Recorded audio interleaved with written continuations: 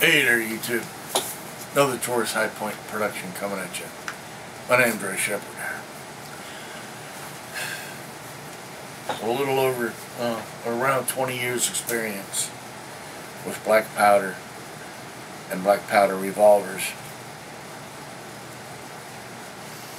And seeing what happens, and a lot of people got different questions about different aspects to black powder. Some say the use of wads is just to get you to spend more money. Others say the wads serve a purpose or a function. I've got a couple of videos up about wads.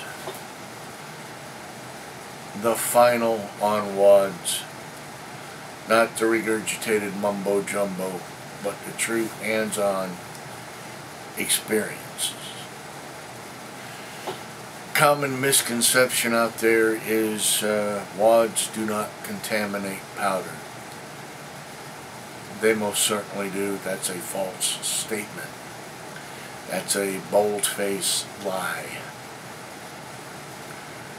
Even if shooting on the range, the losses on the back of your wad are going to be anywhere from 3 to 7 grains of powder. Now the powder loss there and with the dry wads is a little different. It's a little lower, but there is still some powder contamination going on there. My main concern is with the lubricated wads. Well, for the first part of this video anyway. Yeah, it's just opening everything up and it's just throwing it all out there so it's visible. No vampires hiding in the dark. We're going to drag them all into the light now and watch them burst into flames. Okay, with wet wads, I've done this on many different occasions, many different attempts, both with pocket models and a .44 caliber sheriff, Pieta sheriff. Now, do wads contaminate the powder? Lubricated wads contaminate the powder? Let me give you those two incidences and you can make your own informed decision from there. Got the police positive cap and ball. It's a CVA. It's an Army San Marco. Got it as a gift. And I've tried carrying it on my person as a, say, primary carry. Going between the different climates and stuff like that, the wad is going to heat and cool, and what happens to that lubrication as it's heating and cooling? What's your powder doing? It's acting just like Absorbix. It's pulling whatever it can up into it.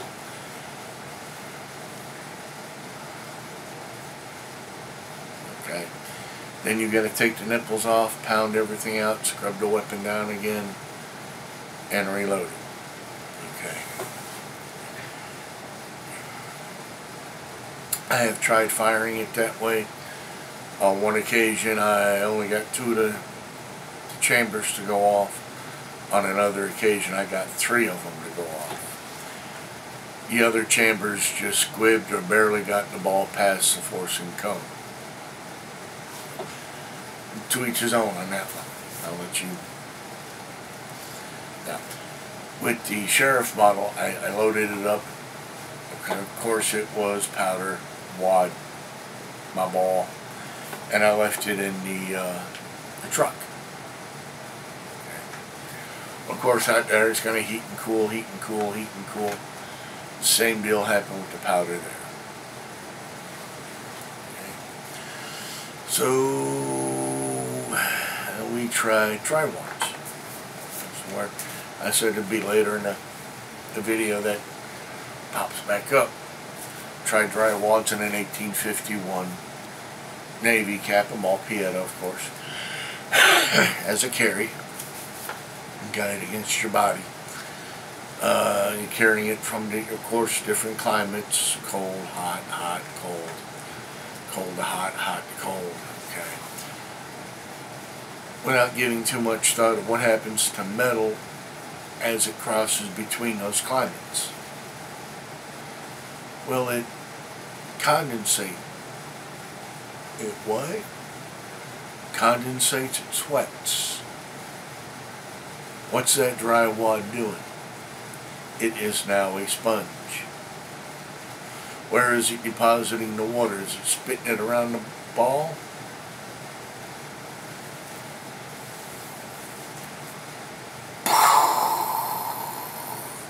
Your mind just exploded, didn't it?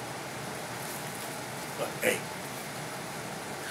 like I said, this is neither pro nor con for the wad. Just straight down the road on what it does. A lot of people feel that wads prevent chain fire.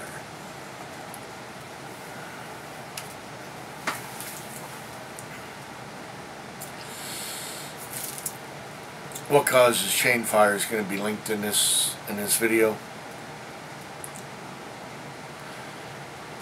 Check it out. I'm also going to throw another one in there about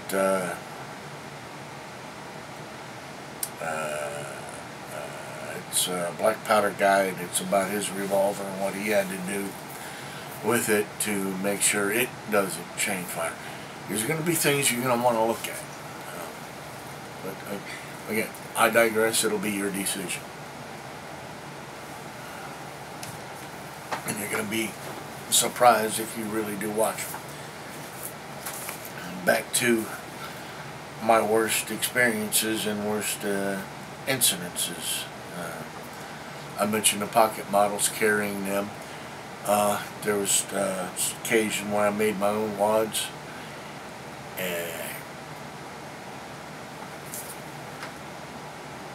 Powder, wad, ball, ram, powder, wad, ball, ram, powder, wad, ball, ram. Did that 5 times around the cylinder, that little pocket police. 4 of the chambers went off, 1 of them squibbed. Wads contaminate powder. That's how much or how bad depends on the climate, how you ram it. If it packs really good against it, you can load up the cylinder, let it carry it with you between the hot and the cold, and then at the end of the day, push it out and tell me what you got. Okay, this is all stuff you can do and find this stuff out on your own.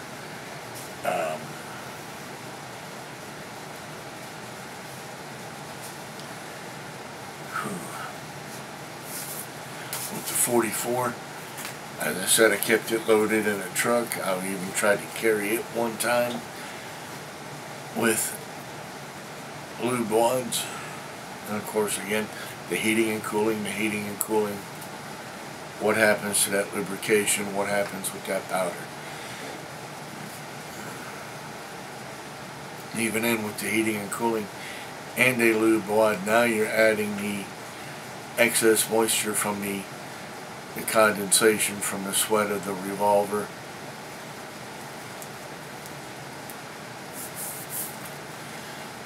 I am merely pointing all of this out because people seem to be up on wads and passing misconception on what they do and what they don't do.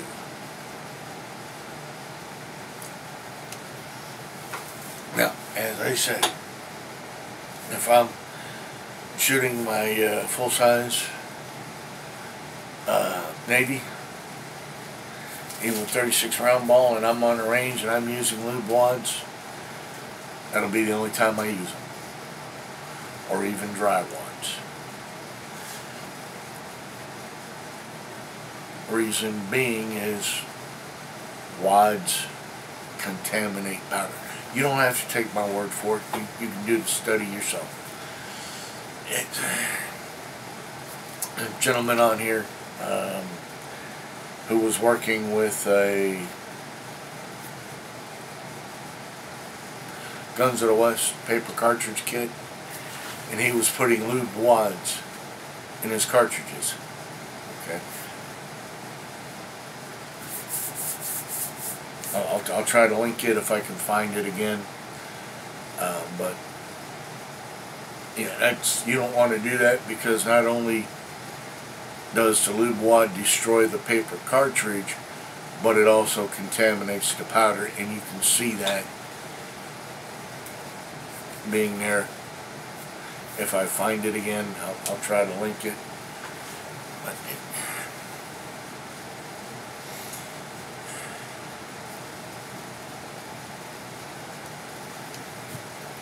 wads are good. They do have a purpose of, for a nanosecond, stabilizing pressure as the powder ignites.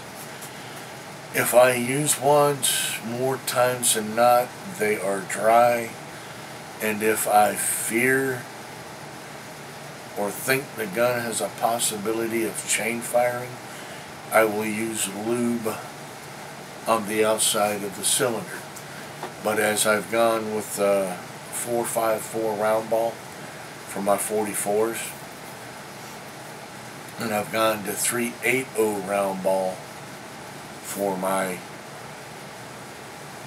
36s, I no longer had that issue. Okay, that 3.80 or that 4.54 is really going to seal that chamber and prevent that fire from getting in from the front of the revolver.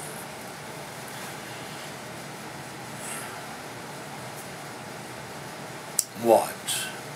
Good, bad, ugly, indifferent. Should you use them? Are they just an extra added expense for somebody to get in your pocket? Do they serve any purpose at all?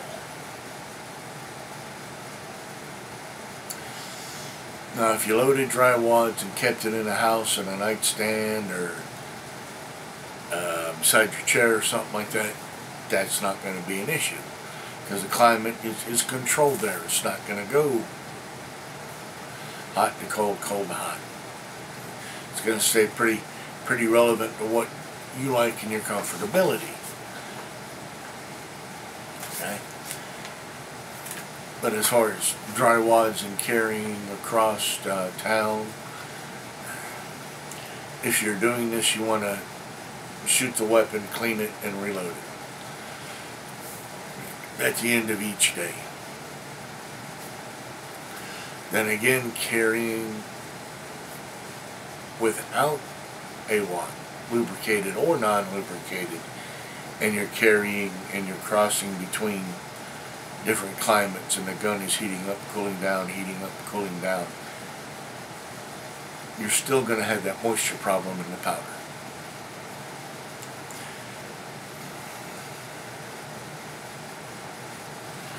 Black powder cartridge gun, which is the best for me to carry.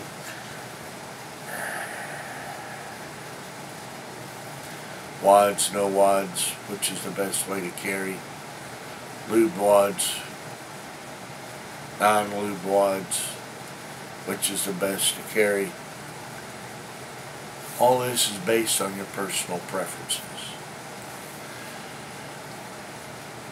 If I'm at the range and I know I'm going to be shooting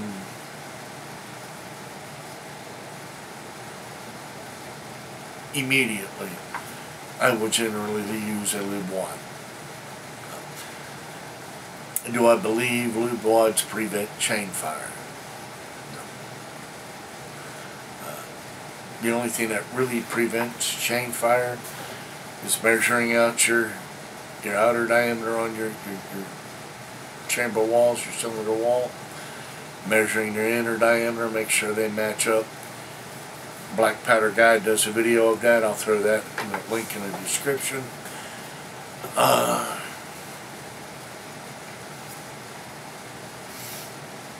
A proper bullet lube for black powder around the chamber wall, or seated on the mouth of the chamber after you push your round ball. That goes farther into negating chain fire than lube wads does. Like I said, there's going to be that link in that description of that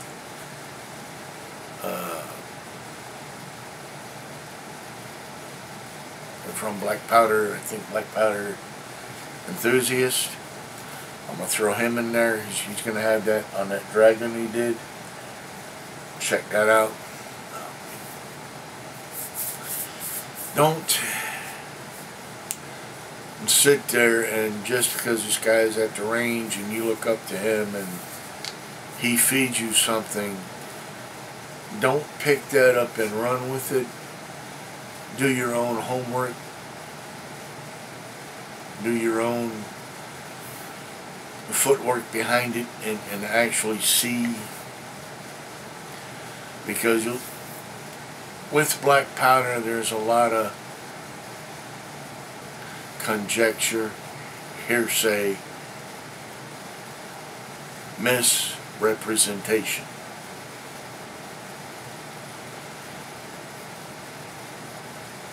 This has been a Taurus High Point production. I choose, therefore I am responsible.